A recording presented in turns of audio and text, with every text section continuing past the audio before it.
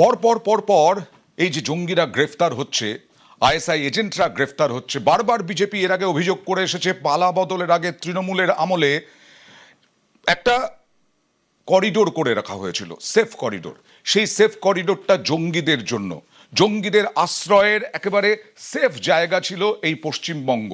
বারবার পালা বদলের পর বারবার গ্রেফতার। কি বলছেন অর্জুন সিং, কি বলছেন তাপস রায়, দেখুন।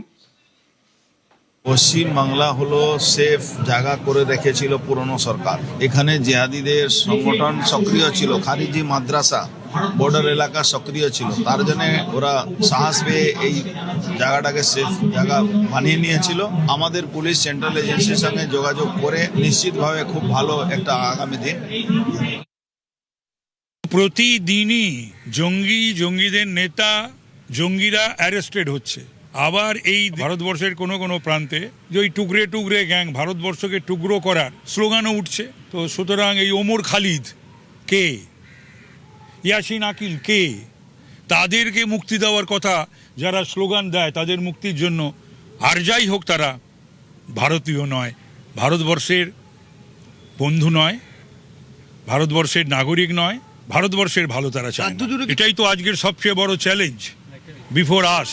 আমরা যারা ভারত মাতার সুসন্তান তাদের সামনে, রাষ্ট্রবাদীদের সামনে, জাতীয়তাবাদীদের সামনে এটাই সবচেয়ে বড় চ্যালেঞ্জ যে ওই শক্তিকে পরাস্ত করতে হবে।